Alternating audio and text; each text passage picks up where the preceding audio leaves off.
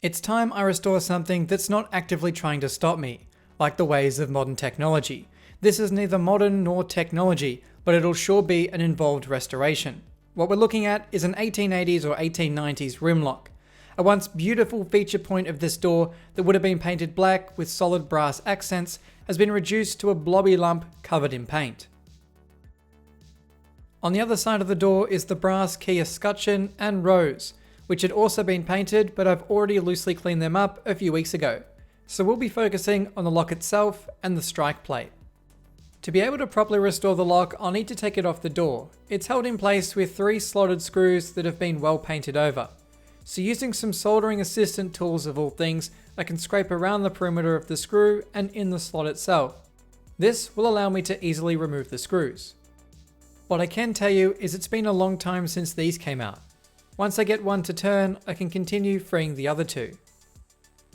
The Phillips screw wasn't invented till 1932, hence why everything in my house uses slotted screws. It's crazy to think someone had to invent the Phillips screw. It just seems so obvious to us now. I'll need to remove the brass knob before undoing all the screws. This knob is solid brass, none of that plated rubbish like you'd find with modern door hardware. To minimize paint chipping, I can score around the edges of the lock to cut the paint where it joins to it. After doing so, the lock can be pulled from the door. As for the strike plate, it's more complex to remove. It has 2 screws located under the architrave, so I'd have to pull the door frame apart to access them. As of this, I'll restore the strike plate while it's still attached. To begin, I'll scrape the paint from the brass section which spans the whole left side. Again, using my solder assistant tools to do the job. I have no idea how a set of blunt objects would help you solder, but they work great for paint scraping, causing no scratches if used correctly. It doesn't take long before we start seeing the ornate detail emerging. On the base of the brass, I'll attempt to use some paint stripper and compare its abilities to that of my scraping tool. I found it actually made it harder to remove the paint, so I resorted back to the tool I was using previously.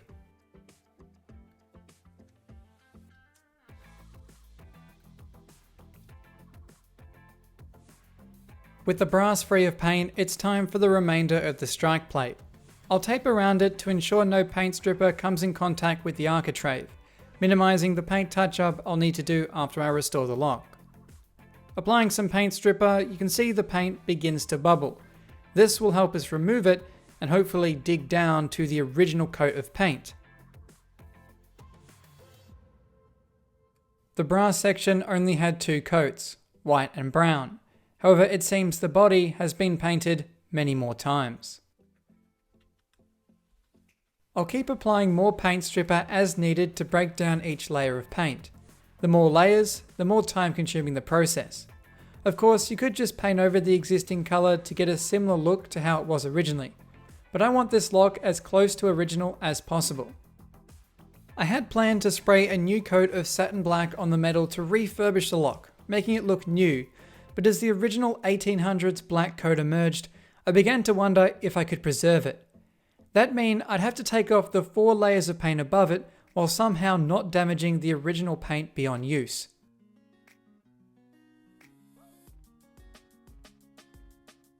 After a lot of careful scraping, I was left with a mostly intact coat of black paint.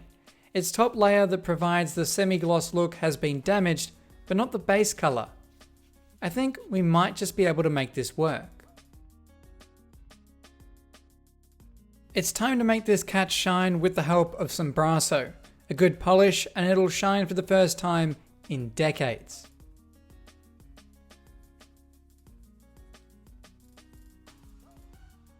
Transforming from that to this.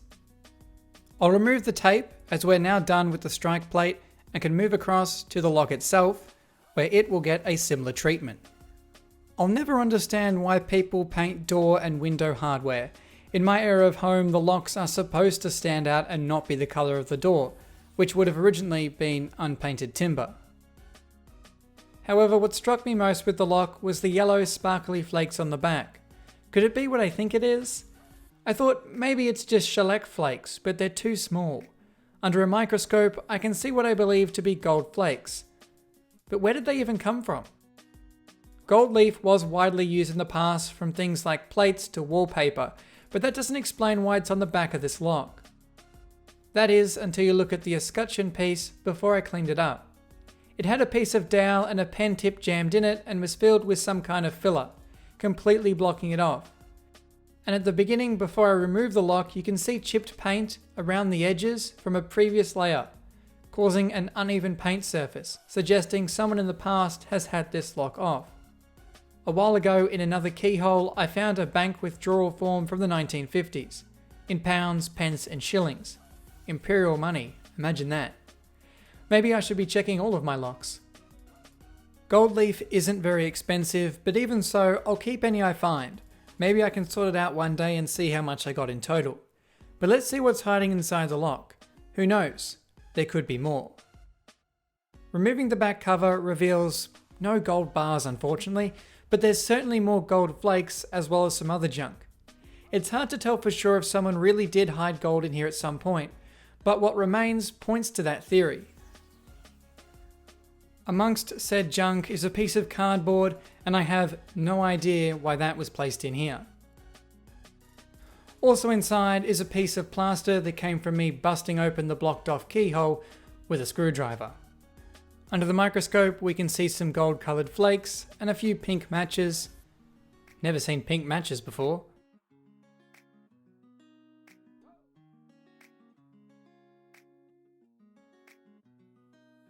Before closing everything back up, I'll tighten the loose nut, clean out all the grime and lubricate some of the moving pieces.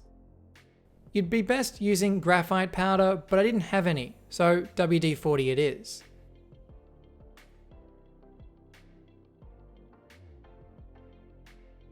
Once back in one piece, it's time for the paint stripping to begin. I'm expecting the same 4 layers of paint as the strike plate. However, with so much more surface area, it's not only going to be a long process, but even more difficult to save the original coat of paint. If you were going to repaint the lock anyway, you could quickly remove all the paint by sandblasting it, although you'd need to disassemble the lock first.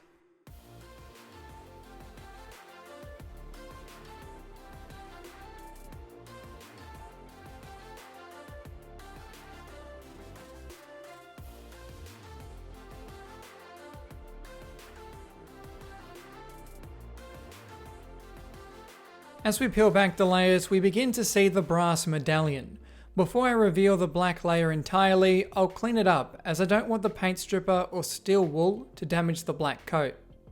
To get in between the small embossed lettering, I'll use my good mate's soldering assistant to loosen the paint before cleaning it off. With it clean, it reads H&T Vaughan, the manufacturer, Willenhall, which is the place that it was built in the UK, and real number 60A, which I can only assume is the model number. All is going surprisingly well until my paint scraper lifts up a round section of paint, revealing bare metal below. I guess it was inevitable that we were going to cause some damage to the paint trying to remove 4 layers on top of it. It's actually amazing just how tough the original paint is. Must be all that lead in it. For the flat sides, I just used a paint scraper to pry the paint off. This actually worked better and preserved the black well. However, the top and bottom were more challenging, as of the recessed design.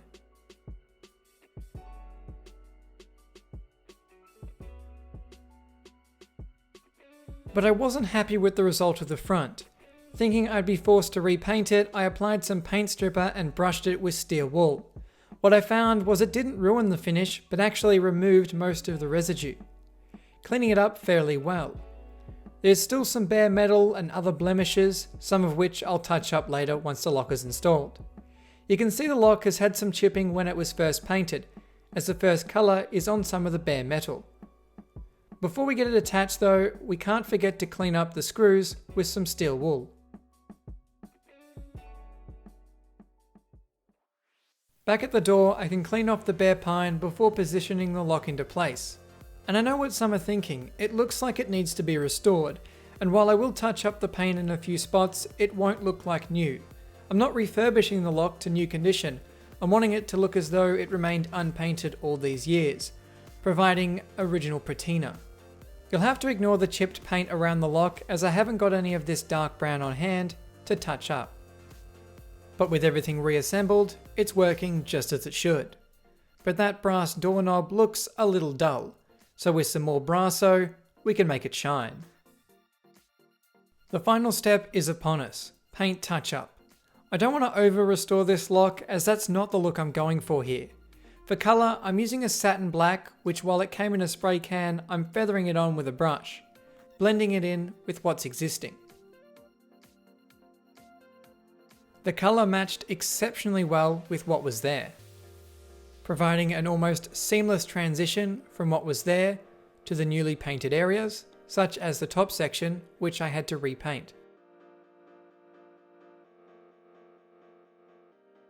Once I've applied all the paint, we're done. So this is it, a H&T Vaughan lock from the late 1800s, with original patina. I'm 85% happy with how it turned out, although I think it just needs a little more paint touch up in certain areas to really finish it off. It may also need some form of a clear coat to bring back the shine to the dull areas. If anyone has any tips, do let me know. But with one fairly complete, I only have 5 to go. I know this video was a little different than usual, so let me know what you thought, and if you'd like to see more content like this, repairing and restoring things other than technology. And on that note, this has been a Hugh Jeffries video. If you like what you saw, consider subscribing, and if you're looking for any used devices, be sure to check out my online store, link for which is down in the description. That's all for this video, and I'll catch you guys next time.